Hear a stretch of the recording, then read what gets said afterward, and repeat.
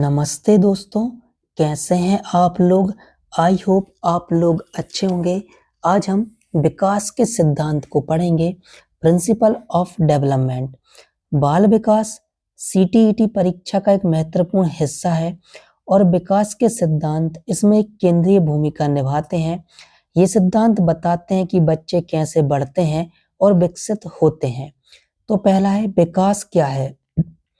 विकास एक व्यापक सतत प्रक्रिया है जिसमें व्यक्ति में गुणात्मक और मात्रात्मक दोनों तरह के परिवर्तन होते हैं। देखिए, जो मात्रात्मक परिवर्तन होते हैं उन्हें आप माप और तौल सकते हैं, जैसे वजन का बढ़ना, हाइट का बढ़ना। लेकिन गुणात्मक जो विकास होता है उसे आप नाप नहीं सकते, जैसे आपके दिमाग का विकास होना या आपके सृजनात्मक विकास होना, यह गुणात्मक विकास के अंतर्गत आते हैं। यह जन्म से लेकर मृत्यु तक चलता रहता है। विकास के प्रमुख सिद्धांत। तो पहला सिद्धांत है निरंतरता का सिद्धांत, प्रिंसिपल ऑफ कंटिन्यूटी। विकास एक सतत प्रक्रिया है जो गर्भधारण से लेकर मृत्यु तक बिना रुके चलती रहती है। यह धीमी गति से होता है लेकिन कभी रुकता नहीं है। यानी जो विकास है आपके जन्म से शुरू होता है और मृत्यु पर्यंत तक चलता रहता है। व्यक्तिगत भिन्नता का सिद्धांत, प्रिंसिपल ऑफ इंडिविजुअल डिफरेंस। हर व्यक्ति अपने विकास की गति और पैटर्न में अद्वितीय होता है। दो व्यक्ति एक ही उम्र के होने पर भी शारीरिक, मानसिक और भावनात्मक विकास में भिन्न हो सकते हैं। यह आनुवंशिक और पर्यावरण की अंतःक्रिया का परिणाम होता है। विकास की दिशा का सिद्धांत, principle of direction of development. अब तीसरा विकास क्या है? विकास एक निश्चित दिशा में होता है। इसके दो मुख्य उप सिद्धांत हैं, सेफेलोकॉडल सिद्धांत और प्रॉक्सिमोडिस्टल सिद्धांत। दोस्तों, यह सिद्धांत हर बार सीटीटी के पेपर में आपको एक क्वेश्चन देखने को मिलेगा। तो सेफेलोकॉडल सिद्धांत क्या बोलता है? विकास सिर से पैर की ओर होता है। पहले सिर का नियंत्रण, फिर धड़ का नियंत्रण और अंत में पैरों का नियंत्रण शामिल होता है। सेफेलोकॉडल में सिर से लेकर पैर तक आपका क्या होता है? विकास होता है। प्रॉक्सिमोडिस्टल सिद्धांत क्या बोलता है? विकास शरीर के केंद्र से परिधि की ओर होता है। पहले धड़ पर नियंत्रण, फिर हाथों पर और फिर उंगलियों पर नियंत्रण होता है। तो दोस्तों, यह दोनों सिद्धांत आप याद रखिएगा क्योंकि पेपर में आपको यह एक ना एक आपको देखने को मिलेगा। एकीकरण का सिद्धांत, विकास में पहले बच्चा संपूर्ण अंगों का उपयोग करना सीखता है और फिर विशिष्ट गतिविधियों के लिए अलग अलग अंगों को एकीकृत करता है। उदाहरण, पहले पूरे हाथ से किसी चीज को पकड़ना, फिर उंगलियों से किसी चीज को पकड़ना। यानी पहले आप हाथ पर नियंत्रण रखेंगे, फिर हाथों से आप उंगलियों पर नियंत्रण स्थापित करेंगे। अब सामान्य से विशिष्ट प्रतिक्रियाओं का सिद्धांत, principle of general to specific response. बच्चा पहले सामान्य प्रतिक्रिया करता है और फिर धीरे धीरे विशिष्ट प्रतिक्रियाओं की ओर बढ़ता है। उदाहरण, बच्चा पहले पूरे शरीर को हिलाकर अपनी खुशी व्यक्त करता है, फिर केवल मुस्कुराकर अपनी खुशी व्यक्त करता है। यानी पहले अपने पूरे चेहरे को हिलाएगा, फिर धीरे धीरे अपने केवल होंठों को हिलाएगा। परस्पर संबंध का सिद्धांत, विकास के विभिन्न आयाम जैसे शारीरिक, मानसिक, सामाजिक, भावनात्मक, नैतिक आपस में जुड़े हुए हैं और एक दूसरे को प्रभावित करते हैं। उदाहरण, यदि कोई बच्चा शारीरिक रूप से स्वस्थ नहीं है तो उसके मानसिक और सामाजिक विकास पर भी नकारात्मक प्रभाव पड़ सकता है। अब है पूर्व अनुमेयता का सिद्धांत, विकास एक निश्चित पैटर्न होता है जिसके कारण हम बच्चे के भविष्य के विकास के बारे में कुछ हद तक भविष्यवाणी कर सकते हैं। हालांकि व्यक्तिगत भिन्नताओं के कारण यह 100% सटीक नहीं हो सकता है। यानी हर बच्चा अपने तरीके से विकास करता है। कोई बच्चा तेज विकास करता है तो कोई बच्चा स्लो विकास करता है, इसलिए आप इसे 100% अप्लाई नहीं कर सकते हैं। विकास सर्पिलाकार होता है, ना कि रेखिक। विकास सीधी रेखा में नहीं होता है। बच्चा एक अवस्था में आगे बढ़ता है, फिर पिछली अवस्था में कुछ समय के लिए रुकता है और फिर पीछे हटता है ताकि अपनी सीख को मजबूत कर सके, फिर नई ऊंचाइयों की ओर बढ़ता है। यह एक सर्पिलाकार मार्ग होता है, यानी इस तरीके का मार्ग होता है। ठीक है। अब वंशानुक्रम और वातावरण की अंतःक्रिया का सिद्धांत, विकास केवल आनुवांशिकता या केवल वातावरण का परिणाम नहीं है, बल्कि इन दोनों के बीच निरंतर अंतःक्रिया का परिणाम है। डेवलपमेंट क्या होता है? हेरिडिटी गुणित एनवायरनमेंट, यानी जो विकास होता है वंशानुक्रम और वातावरण का गुणनफल होता है। अब परिपक्वता और सीखने का सिद्धांत। विकास परिपक्वता यानी जैविक बदलाव और सीखने यानी अनुभव से बदलाव दोनों पर निर्भर करता है। यानी आपका जो जैविक बदलाव होता है, विकास उस पर भी निर्भर करता है, और आपके अनुभव से बदलाव यानी आपने अनुभव के द्वारा किन चीजों को सीखा, उसमें जो बदलाव आता है, यह दोनों पर निर्भर करता है विकास। एक बच्चा तभी कुछ सीख सकता है जब वह शारीरिक और मानसिक रूप से उस कार्य के लिए परिपक्व हो। यानी जब तक बच्चा मैच्योर नहीं होगा, परिपक्व नहीं होगा, वह किसी चीज को सीख नहीं पाएगा। और हर उम्र में मैच्योरिटी अलग अलग होती है। अब अवधारणाओं को समझे, केवल रटने के बजाय इन सिद्धांतों की गहरी समझ विकसित करें कि वह बच्चों पर कैसे लागू होते हैं। यदि आप एक टीचर हैं तो इनको याद नहीं करना है, इन्हें आपको व्यवहारिक रूप पर बच्चों पर अप्लाई करते हुए देखना है कि बच्चे किस प्रकार सीखते हैं। प्रत्येक सिद्धांत से संबंधित वास्तविक जीवन के उदाहरण को समझें। जब बच्चे क्लास में होते हैं, वह किस प्रकार की क्रिया करते हैं, किस प्रकार की बात करते हैं, आपको देखना होगा, है ना। अब देखिए, विकास के सामान्य सिद्धांत क्या, अब हम इसको डीप में पढ़ेंगे। ये सिद्धांत बताते हैं कि कैसे विकास कैसे होता है, चाहे वह कोई भी व्यक्ति हो। निरंतरता का सिद्धांत। विकास एक सतत प्रक्रिया है जो जन्म से लेकर मृत्यु तक बिना रुके चलती है। यह धीमी गति से होता है लेकिन कभी रुकता नहीं है। अभी हमने शॉर्ट में पढ़ा था, अब हम डीप में पढ़ेंगे। देखिए, एक बच्चे के शारीरिक वृद्धि धीरे धीरे होती है, वह अचानक लंबा नहीं हो जाता, बल्कि सेंटीमीटर सेंटीमीटर कर आगे बढ़ता है। इसी तरह सीखने की प्रक्रिया भी जीवन भर चलती रहती है। अब व्यक्तिगत भिन्नता का सिद्धांत क्या बोलता है? हर व्यक्ति अपने विकास की गति और पैटर्न में अद्वितीय होता है। कोई भी दो व्यक्ति, चाहे वह जुड़वा ही क्यों ना हो, पूरी तरह से एक जैसे विकसित नहीं होते। उदाहरण, एक ही उम्र के दो बच्चे चलना शुरू करने में अलग अलग समय ले सकते हैं। एक 10 महीने में चल सकता है तो दूसरा 14 महीने में। उनकी सीखने की गति भी अलग अलग हो सकती है। अब है विकास की दिशा का सिद्धांत। विकास एक निश्चित दिशा में होता है। इसके दो मुख्य उप सिद्धांत हैं। सेफेलोकॉडल सिद्धांत। विकास सिर से पैर की ओर होता है। बच्चे पहले अपने सिर पर नियंत्रण पाते हैं, फिर धड़ पर और अंत में पैरों पर।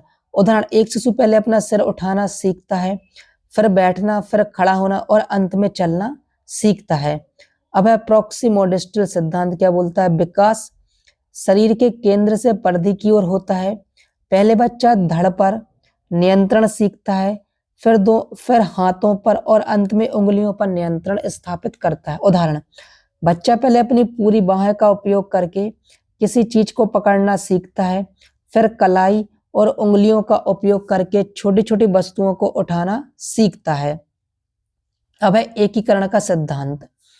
विकास में पहले बच्चा संपूर्ण अंगों का उपयोग करना सीखता है और फिर विशिष्ट गतिविधियों के लिए अलग अलग अंगों को एकीकृत करता है। उदाहरण, बच्चा पहले किसी खिलौनों को पकड़ने के लिए पूरे हाथ और उंगलियों का एक साथ उपयोग करता है, फिर धीरे धीरे केवल उंगलियों का उपयोग करके छोटी वस्तुएं उठाना सीख जाता है, जो एकीकरण का उदाहरण है। अब सामान्य से विशिष्ट प्रतिक्रियाओं का सिद्धांत। बच्चा पहले सामान्य प्रतिक्रियाएं करता है और फिर धीरे धीरे विशिष्ट प्रतिक्रियाओं की ओर बढ़ता है। उदाहरण क्या है? जब एक शिशु भूख लगती है तो वह पूरे शरीर को हिलाकर, रोककर या पैर पलटकर, पटक पटक कर सामान्य रूप में प्रतिक्रिया करता है। बाद में जैसे जैसे वह बढ़ता है, वह केवल शब्दों जैसे दूध या हाथ के इशारे से अपनी भूख व्यक्त करना सीख जाता है। अब है परस्पर संबंध का सिद्धांत। विकास के विभिन्न आयाम जैसे शारीरिक, मानसिक, सामाजिक, भावनात्मक और नैतिक आपस में जुड़े हुए हैं और एक दूसरे को प्रभावित करते हैं। उदाहरण, एक शारीरिक रूप से कमजोर बच्चा स्कूल में खेल गतिविधियों में भाग नहीं ले पाएगा। शारीरिक विकास, जिससे उसके दोस्तों के साथ सामाजिक संबंध प्रभावित हो सकते हैं। सामाजिक विकास क्या है? यह उसके आत्मविश्वास को प्रभावित कर सकता है। भावनात्मक विकास, तो आपने पहले सामाजिक विकास देखा कि सामाजिक संबंध प्रभावित हो सकते हैं, फिर आपने भावनात्मक विकास देखा कि आत्मविश्वास भी उसका क्या हो सकता है, प्रभावित हो सकता है। अब है पूर्व अनुमान का सिद्धांत।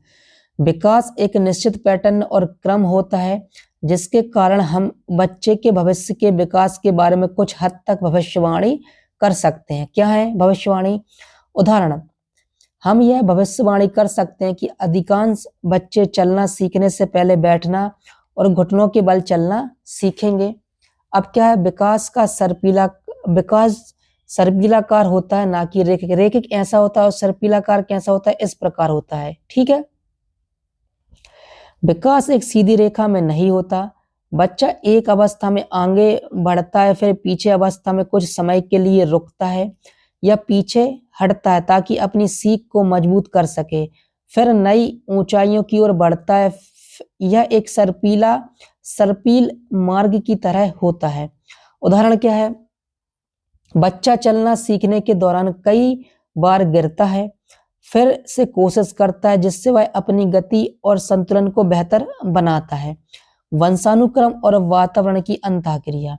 विकास केवल आनुवंशिकता जो हमें अपने माता पिता से मिलती है या केवल वातावरण हमारा परिवेश और अनुभव का परिणाम नहीं, बल्कि इन दोनों के बीच निरंतर अंतःक्रिया का परिणाम होता है। इसे सूत्र से ऐसे दर्शाते हैं, डेवलपमेंट हेरिडिटी गुणित एनवायरनमेंट, यानी वंशानुक्रम। विकास क्या होता है, वंशानुक्रम गुणित वातावरण की अंतःक्रिया होता है।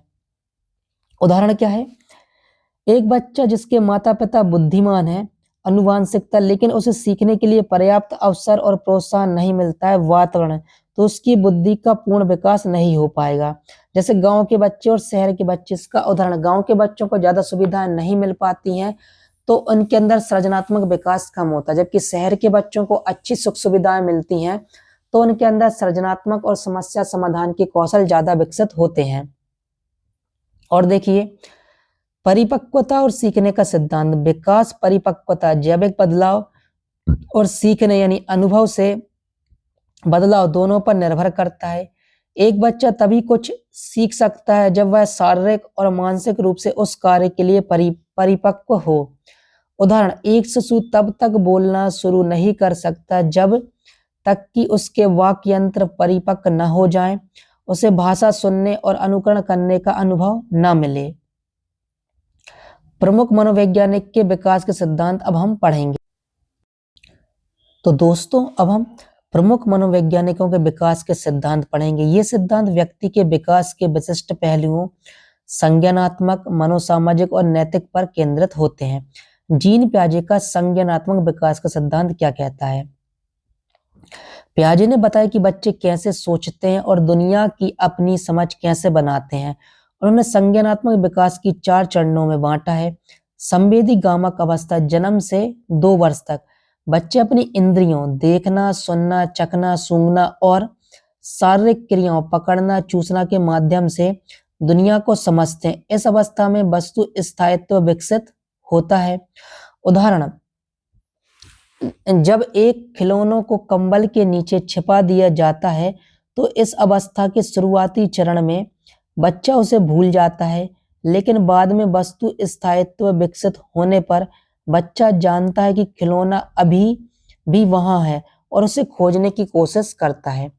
पूर्व संक्रियात्मक अवस्था, प्री ऑपरेशनल स्टेज, 2 से 7 वर्ष बच्चे प्रतीकात्मक सोच, शब्दों और छवियों का उपयोग विकसित करते हैं, लेकिन तर्क अभी भी अहम केंद्रित और अतार्किक होता है। वे संरक्षण की अवधारणा को नहीं समझ पाते हैं। उदाहरण, यदि आप एक ही मात्रा में पानी को एक चौड़े गिलास से एक लंबे और पतले गिलास में डालते हैं तो बच्चा सोच सकता है कि लंबे गिलास में अधिक पानी है, भले ही वह वही हो। यह संरक्षण का अभाव दिखता है। देखिए, संरक्षण का ऐसा होता है कि लंबे गिलास में बच्चा ज्यादा पानी समझता है और गोल गिलास में पानी कम समझता है, जबकि दोनों में पानी की मात्रा क्या होती है, समान होती है। अब है मूर्त संक्रियात्मक अवस्था, कॉन्क्रीट ऑपरेशनल स्टेज, 7 से 11 वर्ष तक बच्चे तार्किक सोच विकसित करना शुरू करते हैं, लेकिन यह मूर्त चीजों तक ही सीमित होती है। वे संरक्षण, वर्गीकरण और पंक्तिबद्धता को समझ पाते हैं। उदाहरण, इस अवस्था में बच्चा समझ जाएगा कि लंबे और पतले गिलास में पानी की मात्रा वही है जो चौड़े गिलास में थी। वे वस्तुओं को आकार, रंग और अन्य विशेषताओं के आधार पर वर्गीकृत कर सकते हैं। अब हम पढ़ेंगे औपचारिक संक्रियात्मक अवस्था, फॉर्मल ऑपरेशनल स्टेज, 11 वर्ष से उससे ऊपर। किशोरी और युवा वयस्क अमूर्त सोच, परिकल्पनात्मक तर्क और समस्या समाधान की क्षमता विकसित करते हैं। उदाहरण, इस अवस्था का बच्चा यदि तो वाले प्रश्नों के उत्तर दे सकता है और वैज्ञानिक सिद्धांतों या दार्शनिक अवधारणाओं पर विचार कर सकता है। अब एरिक एरिक्सन का मनोसामाजिक सिद्धांत क्या बोलता है? एरिक्सन ने बताया कि व्यक्ति का विकास 8 मनोसामाजिक चरणों में होता है, जिनमें से प्रत्येक एक विशिष्ट सामाजिक भावनात्मक चुनौतियां संकट प्रस्तुत करता है। इन संकटों का सफलतापूर्वक समाधान करने से व्यक्तित्व स्वस्थ विकास होता है, यानी जो विकास होता है और व्यक्तित्व का विकास होता है वह स्वस्थ विकास होता है। अब विश्वास बनाम अविश्वास, जन्म से 1 वर्ष तक। संकट क्या शिशु को देखभाल करने वाले से लगातार और विश्वसनीय देखभाल मिलती है या नहीं? यानी जब बच्चा छोटा रहता है तो उसके माता पिता या जो बच्चे को खिला रहा है, यदि उससे उसको प्यार नहीं मिलता, लगाव नहीं मिलता, विश्वास नहीं मिलता, तो समस्याएं पैदा होती या फिर नहीं होती। उदाहरण, यदि माता पिता शिशु की जरूरतों, भूख, आराम को तुरंत और प्यार से पूरा करते हैं तो शिशु में दुनिया के प्रति विश्वास विकसित होता है। यदि देखभाल असंगत हो तो अविश्वास विकसित हो सकता है। स्वायत्तता बनाम शर्म और संदेह, 1 से 3 वर्ष। बच्चा अपनी स्वतंत्रता और नियंत्रण की भावना विकसित करता है या नहीं? उदाहरण, जब बच्चा खुद से कपड़े पहनने या शौचालय का उपयोग करने की कोशिश करता है और उसे प्रोत्साहित किया जाता है तो उसमें स्वायत्तता की भावना आती है। यदि उसे अत्यधिक नियंत्रित या उपहास किया जाता है तो उसे शर्म और संदेह महसूस हो सकता है। अब पहल बनाम अपराध बोध, 3 से 6 वर्ष। संकट, बच्चा अपने पर्यावरण की खोज और पहल करने की इच्छा रखता है या नहीं? उदाहरण, जब बच्चा खेल के दौरान अपने विचार या योजनाएं प्रस्तुत करता है और उसे समर्थन मिलता है और उसमें पहल की भावना आती है। यदि उसे बार बार रोका या आलोचना की जाती है तो उसे अपराध बोध महसूस हो सकता है। अब परिश्रम बनाम हीनता, 6 से 12 वर्ष। बच्चा अपनी क्षमताओं पर विश्वास और कौशल विकसित करता है या नहीं? उदाहरण, जब बच्चा स्कूल में अच्छा प्रदर्शन करता है या खेल में सफल होता है तो उसमें परिश्रम और सक्षमता की भावना आती है। यदि उसे लगातार असफलता या आलोचना मिलती है तो उसमें हीनता महसूस हो सकती है। 5वीं क्या है? पहचान बनाम भूमिका भ्रम, 12 से 18 वर्ष। संकट, किशोर अपनी व्यक्तिगत पहचान और जीवन में अपनी भूमिका को समझता है या नहीं? उदाहरण, एक किशोर विभिन्न समूह मित्रों के ग्रुप का हिस्सा बनकर यह जानने की कोशिश करता है कि वह कौन है और भविष्य में क्या बनना चाहता है। यदि वह अपनी पहचान स्थापित करने में विफल रहता है तो उसे भूमिका भ्रम हो सकता है। अब हम पढ़ेंगे आत्मीयता बनाम अलगाव, यह होता है 18 से 40 वर्ष तक। संकट, युवा वयस्क दूसरों के साथ गहरे और सार्थक संबंध बना पाता है या नहीं? उदाहरण, एक युवा व्यक्ति प्रेम संबंध या गहरी दोस्ती स्थापित करता है, उसे आत्मीयता की भावना विकसित होती है। यदि वह ऐसा करने में असमर्थ होता है तो उसमें अलगाव महसूस हो सकता है। अब है जननात्मकता बनाम स्थिरता, जेनेटिविटी वर्सेस स्टेग्नेशन, 40 से 65 वर्ष यानी मध्य वयस्क अवस्था। क्या होता है देखिए, संकट, व्यक्ति अगली पीढ़ी के मार्गदर्शन और योगदान की भावना विकसित करता है या नहीं? उदाहरण, एक व्यक्ति जो अपने बच्चों को पालता है, अपने समुदाय में स्वयं सेवा करता है या अपने कार्य के माध्यम से योगदान देता है, उसमें जननात्मकता की भावना होती है। यदि वह केवल खुद पर केंद्रित रहता है तो उसमें स्थिरता महसूस हो सकती है। अब 8वां क्या, अखंडता बनाम निराशा, इंटेग्रिटी वर्सेस डिस्पियर। 65 वर्ष या उससे ऊपर विलंबित वयस्कता। संकट क्या, व्यक्ति अपने जीवन पर संतोषजनक ढंग से विचार कर पाता है या नहीं। उदाहरण, एक वृद्ध व्यक्ति जो अपने जीवन को सार्थक और पूर्ण मानता है उसमें अखंडता की भावना होती है। यदि उसे अपने जीवन में पछतावा और अनकही इच्छाएं महसूस होती हैं तो उसे निराशा महसूस हो सकती है। अब हम पढ़ेंगे लॉरेंस कोलबर्ग का नैतिक विकास का सिद्धांत। तो दोस्तों अब हम अगले वीडियो में इसका पार्ट 2 आएगा जिसमें हम लॉरेंस कोलबर्ग का नैतिक सिद्धांत के बारे में आगे पढ़ेंगे। दोस्तों आप मेरे जब वीडियो को देख रहे होंगे तो आपको बहुत सारी चीजें सिमिलर दिखेंगी।